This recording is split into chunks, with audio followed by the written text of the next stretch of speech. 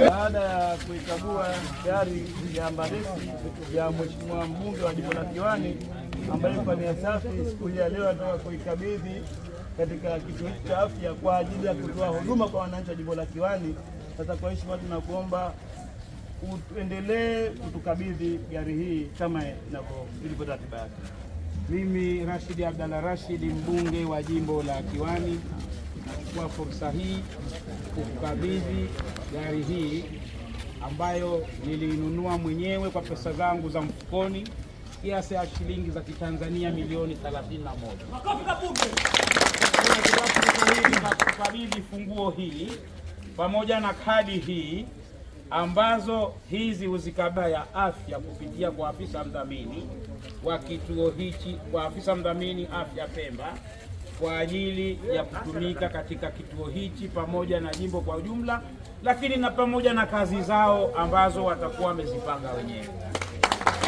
Taratibu za kukamilisha kadi kutoka kwa binafsi kuipeleka kwenye serikali, tutashirikiana na afisa mdhamini kuzikamilisha. Naomba uchukue fursa hii. Apenzi hadi yake. Kwa niaba ya Mheshimiwa mbunge wa jimbo la Kiwani, naomba nikukabidhi kwanza waraka mali ya kadi. Hii sio kadi, huu ni waraka wa kukabidhi ya nini, wa kumiliki hii gari. Maana ikiwa huna huu kuna gari. Kwa hivyo kwanza na ukabidhi waraka ambao ndio mali ya hiyo gari lenyewe. Lakini pili, ukabidhi wa gari hii ya ambalesi itumike kwa taratibu zilizokusudiwa kwa mjibu wa taratibu zenu za Wizara ya Afya. Mheshimiwa Mwenyekiti wa Chama cha Mapinduzi mkoa, kwa kulifikiria hili na kuona kwamba wananchi wa jimbo la Kiwani wana uhitaji wa kupatiwa gari hii ambayo itatoa huduma katika eneo la jimbo la Kiwani, lakini na maeneo mengine kama ambavyo uhitaji wa Wizara ya Afya.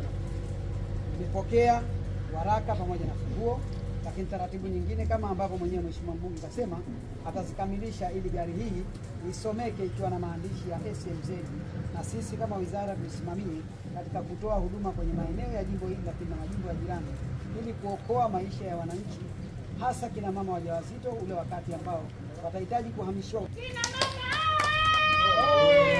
Na mimi kwa upande wangu naomba moja kwa moja nikabidhi gari hii kwa ile mkuu wa wilaya.